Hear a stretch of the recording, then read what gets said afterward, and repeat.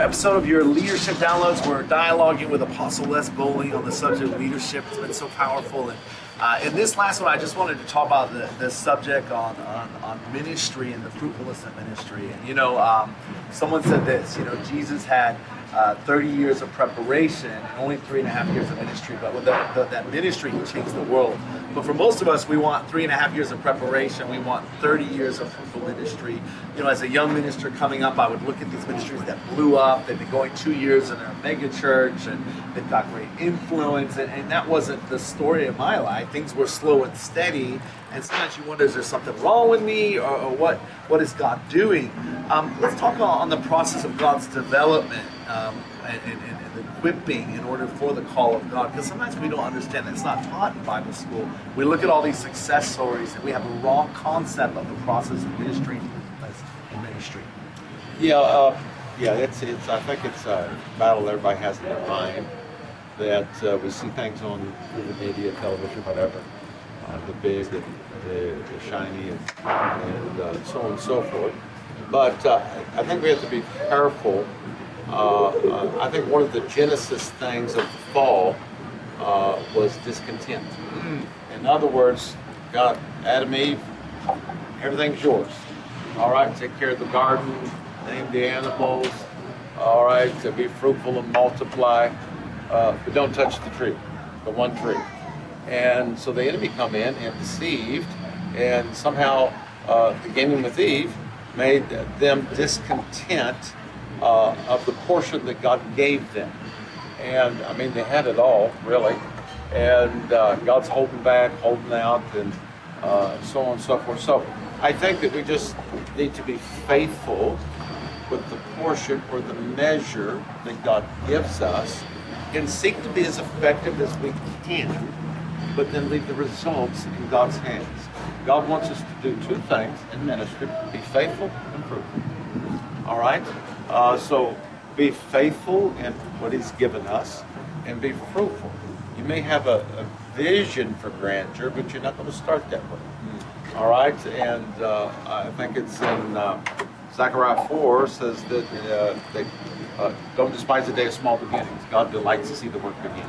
So in other words, you take the portion that God's given you and you begin to develop it, you begin to work with it, and God will increase it over time. You just don't go out of your measure, you grow out of your measure. Wow, grow out of your measure. So, Jabez prayed, Lord, enlarge my borders. So there's times that God enlarges us, that He increases us, but let's be, wherever we're at, whatever portion He's given us, whatever our platform is, let's be all in where we're at. Because, when God gives somebody a platform, it's not ours, it's a line of credit given to us from heaven in order for us to speak the truth. So we have to remember that. And Psalm 75 says promotion doesn't come from the east, west, or south, but it comes from God. All right, He lifts one up and releases another. So let your promotion come from God. Don't chase opportunities, but seize what God brings to you. And have vision. Vision is different than ambition. Ambition just wants to get ahead, but vision wants to fulfill the purposes of God. And whatever it may be, whatever God's portion that God's given you, just consider it as the most valuable thing in the world. Be all in where you're at, because if you get something too early, you get an increase that you're not mature enough to be able to carry that responsibility. What would be a blessing at one time would be your downfall at another. Wow. And so, walking with God, school is part of it, Yeah. But there's nothing like getting involved in a local church, serving, volunteering, working. It's not a solo sport. It's a team ministry. Yeah. It is a family. You journey with people, and some people love crowds but don't love people, and people are not a sounding board for our ego. Yeah. All right, so we've got it. Jesus he was numbered with the transgressors. He identified himself with hurting people. He just didn't work miracles. He walked with those that were ostracized and that were labeled. And so he's not only the master of our ministry, the message of our ministry, he's the model of our ministry. Love that. So we follow him and in this, and let's be like Jesus in our ministry. Yeah. You know, God can save with thousands, or He can save with few. And really, even after Jesus' ministry, He preached to the Greek Crusades 5,000, but it was only 120 that were left. He gave the commission to 400 over, but only 120 were in that upper room on that day. And so sometimes, you know, as pastors, we're looking at numbers, we look at what the world says is success, and nothing wrong with that. I mean, we all want to grow our ministry. But how do we check ourselves in the process to see where we're on track? Because sometimes we're looking at other models, and there's a danger to do that. We might get diverted to something else versus being faithful to what God's calling us to do. I think you have to become who you are. And sometimes we see these successful ministries and their programs and their paradigms, go to these conferences, and so you're looking at something that's been developed over probably many years, and you take that program and wonder why it don't work where you're at. And well, you may not have the gifting that this person has, and things need to be digested. You know, not that you can't glean some elements or some principles that is good, but I think nothing takes the place of hearing God where you are at and for your people. I think it's vitally important. And 2 Corinthians 10 says this: those that measure themselves among themselves and compare themselves by themselves are not wise. So you don't compare yourself with others to see how that you're doing. Maybe their gifting's different. Maybe the demographic in which they're ministering in is different. And so where God's appointed us, the place, the people, the gift that God's given us, to just be all in and yet learn, glean, get leadership stuff from so on and so forth. But there's something about something very immoral about abandoning your own judgment.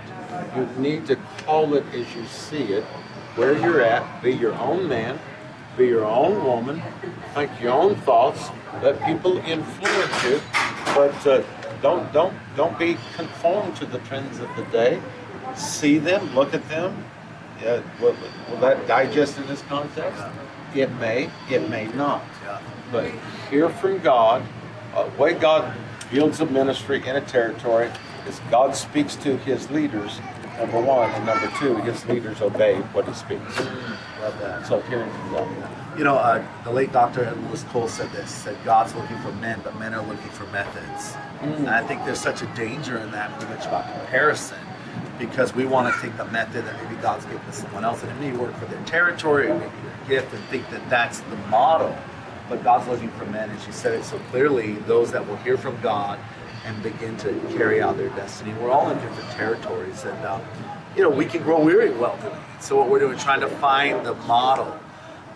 What would you talk about? You mentioned about something really powerful about this weekend about waiting. Maybe talk a little bit about that.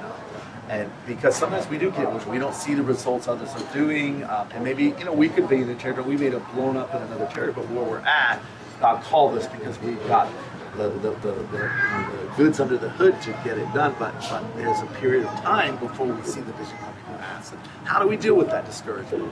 Well, I think our once again, our desire to succeed has to be tempered by our understanding of the timing of God. A lot of discouragement comes from expecting a harvest too soon.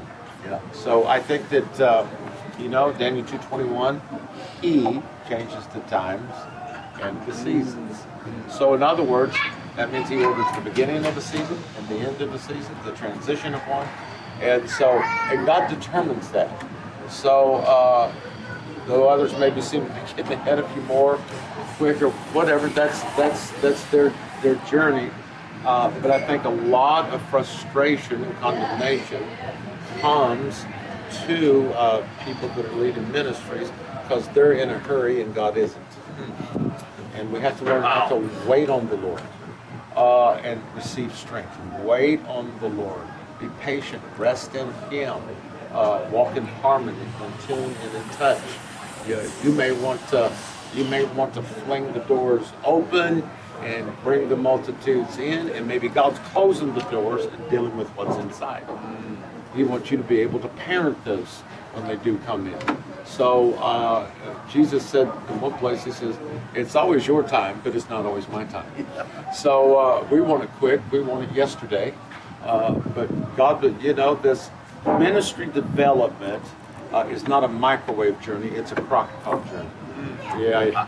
Yeah, you're gonna bake, you're gonna marinate, you're gonna be in there for a while. And so just let God do it. Order your pace, order your steps. He opens doors that nobody can shut doors that nobody can open. Let God do it. Favor will open the door eventually. Faith has to walk through it. But just don't let nobody make you feel less than. And I would encourage leaders, don't go and minister settings. How many people are you running?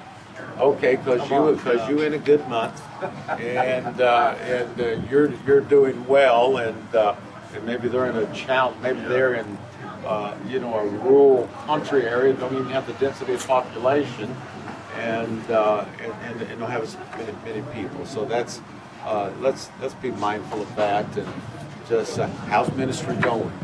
All right, because you can have numbers and not necessarily fruitfulness.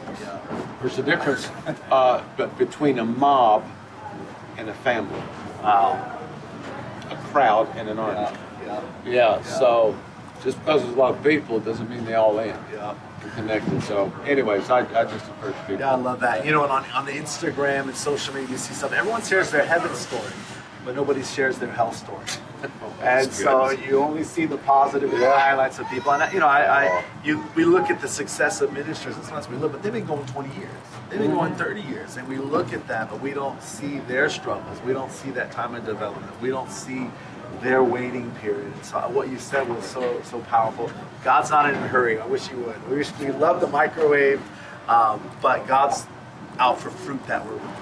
So let's not grow weary while doing. Let's wait upon the Lord. Be faithful. Don't compare, and celebrate the successes that God gives us. Encourage one another in our successes. Awesome. Well, there you have it. Thank you so much, Apostle, for being with us. We want to have you back again. It was so powerful, and thank you for your time and wisdom. Our privilege.